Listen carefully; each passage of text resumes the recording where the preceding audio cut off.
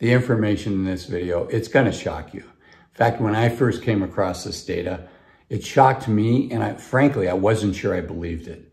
So I went to the source information, and sure enough, it's true. So here goes. 1 in 12 Americans in their 50s still owe student debt. And it's not a tiny amount of student debt. It's a significant amount of student debt. And unfortunately, it's enough that's going to keep people from retiring early, and it may even keep them from retiring before they're 65. I don't want this to happen to you, so I want to share with you what the information is and what you can do to protect yourself from being in a similar situation. Okay, so let's talk about student loans and what percent of people by age group owe student loans in total. So the first graph here, all the numbers are going to add up to 100%. So people that are under 30, they represent just under 25% of all the outstanding student loans. People 30 to 39 is 32%. Now, none of this is startling, but stick with me. 40 to 49 is almost 25%, 22%. 50 to 59 is 15% of all outstanding student loans are owed by people 50 to 59. And another 8% is owed by people that are over 60. That's a big percentage. And I think some of you, I thought the same thing. Okay, well, it might be that 8% of all student loans are owed by people over 60, but they don't owe much. There's just a little bit left in those loans. But you know what? I was wrong, and let's look at the data. So this shows for people under 30, the average student loan balance is about $24,000. For people 30 to 50, the average loan balance is about $43,000. That's a lot of money. Then 40 to 49, the average student loan balance is $45,000. Now stick with me, because now we're getting to the 50 to 59 to 60. So 50 to 60 years old is the average student loan balance is over $44,000. And for people over 60, the average student loan balance is almost $36,000. So remember, 1 in 8 Americans in their 50s still owe a student loan. And that balance for people in their 50s is almost $45,000. That's a lot of money.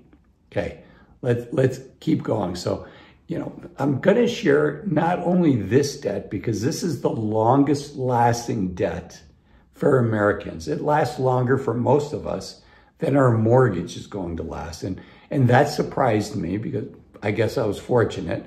I paid off my student loans before I turned 30. And I thought a fair number of my friends and counterparts did that. But this data from educationdata.org says that no, that's not the case. There are a lot of older Americans that still owe student loans. So this is our longest lasting debt. That's the bad news. But the good news is it's not our most expensive debt. So I'm going to talk about what to do to get out of this student loan situation if you're in your 40s, you're in your 50s, and you still owe student debt. But stick around, because I'm going to talk about the other 2 large sources of debt that most Americans have outside of our mortgage payment. So what do we do if we have these student loans? I think one thing I would do, whether you agree with it or not, is I would look at how the White House is currently saying we want to give student loan forgiveness. And I would look at what that amount generally is and what the criteria are.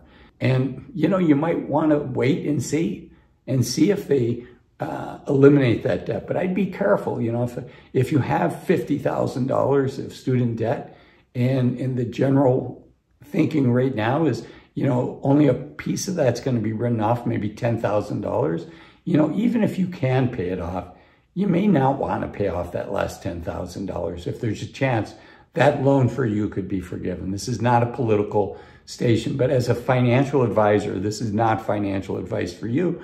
But in general, as a financial advisor, I would be remiss if I didn't say, hey, there might be a chance this gets forgiven.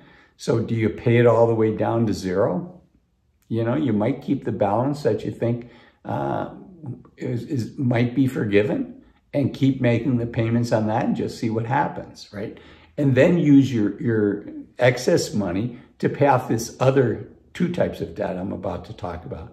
And you probably know what the two types are. You're probably thinking I'm going to talk about credit cards, but I want to start talking about car loans, because car loans are a big challenge for Americans. 85% of new cars are financed, and over half of used cars, 55% of used cars, have a car loan. They're financed. So what's causing this? One of the things that's causing it is the price of a new car has just skyrocketed. This chart here by Kelley Blue Book shows what the average cost of a new car is since 2018. So you can see 2018, we were at $37,500, but that's increased a lot. I mean, it's what, 40% it's increased. 2023, it's a little over $48,000, right? 2019, you can see it was just nice. It was just a steady increase, and then it kind of accelerated during the pandemic, like a lot of things. But $48,000 for a new car, it's not surprising that 85% of new car purchases are done with a loan. But you want to be really, really careful, because I think what a loan allows you to do is it allows you to buy more car than you probably should be buying. So because you have access to the loan, because it can be a payment, you're essentially breaking up the purchase of the car into these tiny pieces. Now, if a new car is your thing, what gets you excited about life, and it's how you want to spend your money, right? Some people, like for me, I like to spend my money on travel. My wife's a dog person. It's hard to spend a lot of money on a dog, but what you can, she does, right? So my thing is travel, but some people might really enjoy eating out. And so they spend more than the average person eating out, or nice clothes, whatever the situation might be. So I'm not telling you not to buy a new car. I'm just saying be careful. Because of the prevalence of car loans, we can easily find ourselves spending a lot more on a car than what we otherwise would.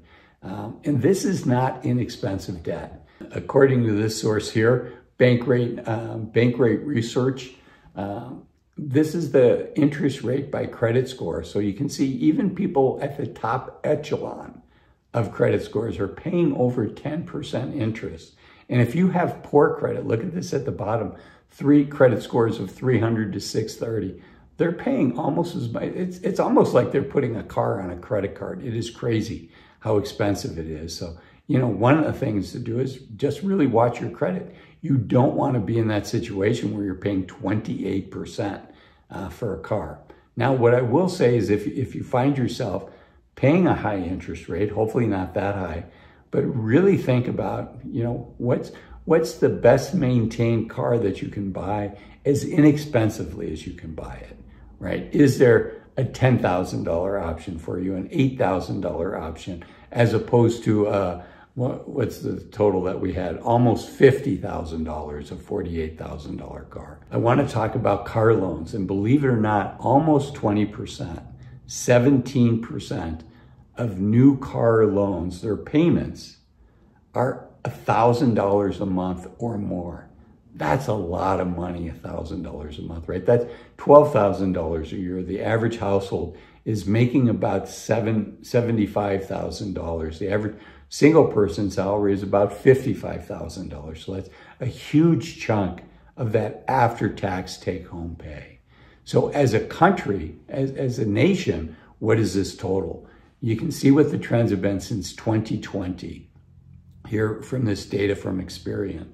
In 2020, it was $1.25 trillion that we as a country owed, and now it's $1.5 trillion. And you can see the average loan balance here has also from Experian has gone up. It used to be closer to $20,000.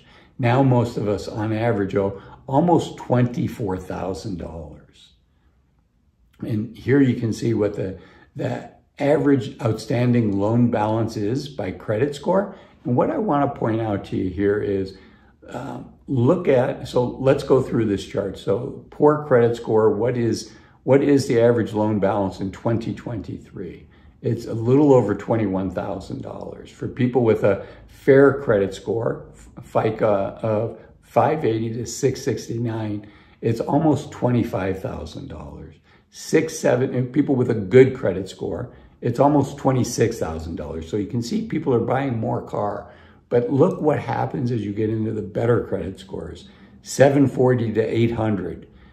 It goes down the balance, a little over $24,000. And people with exceptional credit, 800 plus, which few of us have, is $21,800. So, why is that? Why do people that have better credit have a lower car balance? And the reason is, I think, is how did they end up with good credit? They ended up with a great credit score, like 800 to 850, because they make really good credit financial decisions, right? And so they're saying, I don't need that much car. Yes, I qualify for a bigger loan, but I don't want to spend that kind of money. So that's car loans. And I will share that I think driving a used car is one of the least sacrificial ways that people can cut back and start saving more money. The adage in American society is save 10% a year, and when it comes time to retire, you'll be fine. And I wish that was true, but I really don't think it is true anymore. That adage came into being during my parents and my grandparents' generation. But back in my grandparents' generation, if you had a job with a big company, many of those jobs came with a pension. On top of that, we had Social Security back then, right? So Social Security back then, though, was not taxed. It wasn't until 1984 that Social Security started being taxed.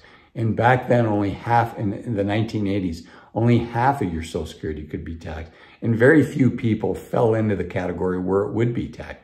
Like less than 5% of people were paying tax on their Social Security.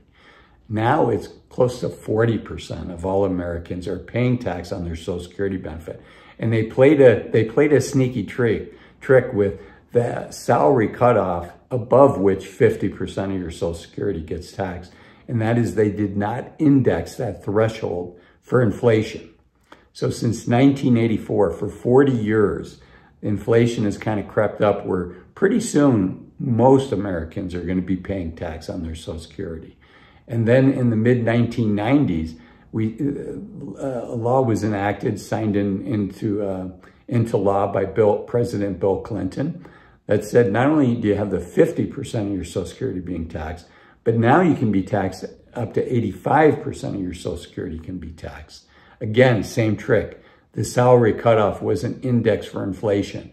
And so now 30 years later, a lot of people are triggering where 85% of their Social Security is going to be considered taxable income. Okay, so the saving 10% was based on that adage, that rule of thumb was based on a different world than we live in today, where most of us don't have a pension, where many of us are going to pay tax on our Social Security benefits. So I think the number is closer to 20%, not 10%. So why do I say folks should be very careful about how much car that they buy? Is because you're really borrowing, significantly from your future self. Your current self is consuming at a rate that maybe future self is not going to be too happy about. So enough said on that. I do think it's a low sacrifice way. Maybe drive a 3 or a 5-year-old car and keep it 1 or 2 more years. It's generally, in my opinion, having been a financial advisor for 20 plus years, it's one of the least sacrificial ways that we can cut back and cut back on our spending and save more. Okay, the next type of debt I want to talk about is our most expensive debt. And that, of course, is credit card debt. And this shows what average credit card outstanding balance is by age. This is by Credit Karma. So of the people that keep a balance on their credit cards, people that are in Gen Z, so age 10 to 25. Hopefully there's not too many 10-year-olds with a credit card, but it's about $2,500. For millennials that are currently 26 to 41 years of age, it's about $5,500 of outstanding credit card debt. For people in the Gen X generation, which is people 42 to 57 years old, it's almost $8,000. And that's kind of where the credit card balance peaks out, thank goodness. 58 to 76, you can still see it's over $7,000. Being, the very common interest rate on this is 20+%, 20 to almost 30%. So these people have, an $8,000, a $7,000 credit card balance that they're paying 20 to 30% interest rate on. That's a scary thought. And then even people in the silent generation, of the people, silent generation, which is 77 to 94, of the people that have a credit card balance, it's almost $6,000 that's outstanding on that credit card. So, what do you do if you're in credit card debt?